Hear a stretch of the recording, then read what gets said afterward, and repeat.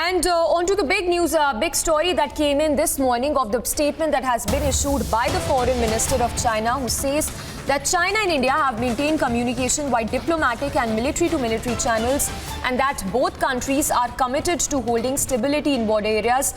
In fact, the statement that has been issued by the Foreign Minister of China, who says that China stands ready to work with India in the direction towards steady and sound growth of China-India relations. So that's a big statement that has come in from China. This days, of course, the Tawang clashes which happened in Arunachal Pradesh. China has responded to the clashes, saying that communication has been maintained with India and that the communication would continue to take place via diplomatic channels. We have Major General Sanjay Soy joining us this morning. Sir, good morning. What do you make of this big statement that has come in from the Chinese side, saying that they are open to diplomatic talks? But if you could help us, give us your insight that if there is any scope in that in diplomatic talks, because we've seen what happened in Tawang. There was definitely an attempt to change status quo in the border area in Tawang sector of Arunachal Pradesh. Absolutely. First of all, I would say that it is a good and welcome statement by Chinese Foreign Minister that they want to maintain a steady and cordial relations with India. But is it happening on ground? Is it turning to the facts on ground? What is the ground situation? Are these statements, or these are backed by their actions on the border and other areas? If you see this, the Chinese forces continue to remain deployed on the borders, right from Aksai Chin to the Tawang. And the attempts which was made on 9 December, had our forces not been alert, they were trying to alter the border, they were trying to raise the fence, and then after that we would have been on reactive scenario. So the diplomacy and the statements are one thing which is for the consumption of the world, and they are trying to say that China is such a friendly country. But on the other side, we all are aware the expansionist philosophy of China, and which is they are trying to do in every side, on every border, whether it is India or Taiwan or South China Sea, anywhere and everywhere we are seeing their mentality and philosophy is there. So unless these statements are backed by actions on ground, we cannot trust China. Yeah. Well, absolutely. And sir, like you saying that definitely nothing has transpired on the ground. We've seen several such rounds of diplomatic talks happen between India and China. Would you say that we are back to square one when we talk about the diplomatic talks between India and China that has been happening for months now? In fact, I would say that India is always open to the communication. We have always tried to maintain good relations, and it would be a good thing for the world and for both the countries if we maintain good relations. But the fact is that China is thinking differently, whether if you see this kind of statement, doesn't mean anything unless things happen on ground. And there have been number of talks, both on diplomatic front and on army side.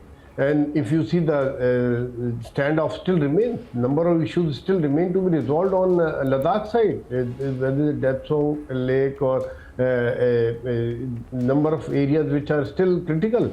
So the thing is, the things are not happening, and if you see not once but many times, China is going against the interest of India and against the interest of the world at large when they support the militants who are staying in Pakistan and they don't allow them to be banned and to be declared as a terrorist.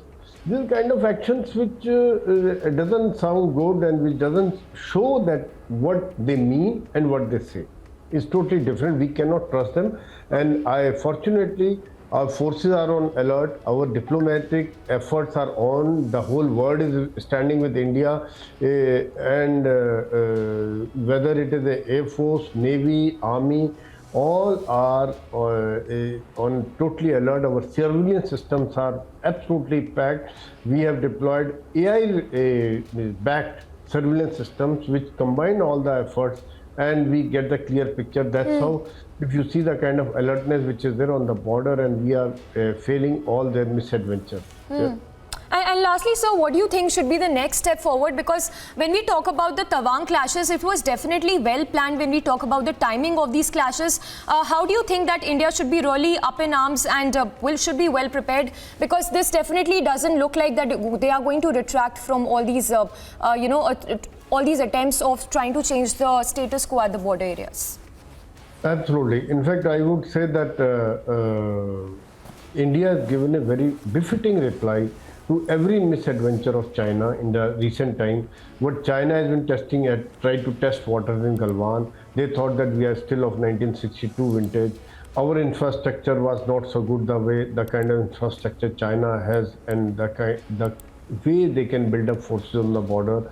But the mirror deployment we did during the winter times, in spite of all the hardships, in spite of very little infrastructure, our forces got deployed. The government showed the resolve. They supported, they backed up the forces, every possible thing, all the possible logistics. Air Force, Navy, everybody joined hands. The diplomatic front was totally open. So India is not reactive. India is not defensive. Our thought process has changed. That is where I wanted to highlight this. The armed forces have always been offensive and proactive, but the change is at the highest level, at the government level. Now we are not chicken-hearted. We are bold. We are proactive.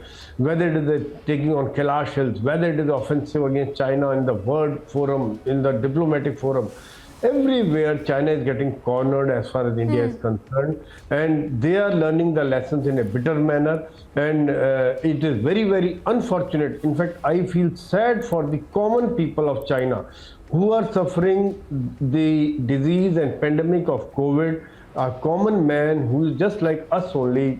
I mean, we don't have any bad feelings for them, but because of the government policies and because they have isolated themselves from the world, the kind of thing which are happening, it is something like karma which they try to spread to the world. The whole thing is come back to them.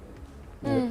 All right, sir. Thank you so much for speaking to us. Of course, a statement by China coming a little too late when we talk about the clashes which happened in the Tawang sector of Arunachal Pradesh.